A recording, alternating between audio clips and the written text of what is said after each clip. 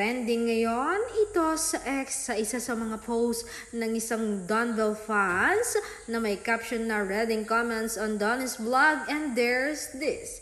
Hashtag Donbell, no one can overpower an influence of having a good characters. Donbell, isa yan sa mga leverage nyo because people really sees that genuinely. At ito nga ang kanyang nabasa kay Adi.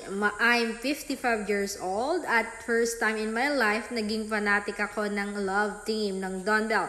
Ewan ko ba di kompletong araw ko na di sila nakikita sa YouTube, TikTok, IG at Netflix. Kaya simula noon, lagi ko na rin sila kasama sa prayers ko na nawa someday sila na ang magsasama lifetime bilang mag-asawa in Jesus' name. Be strong Donbell, sana walang magbabago sa inyong dalawa.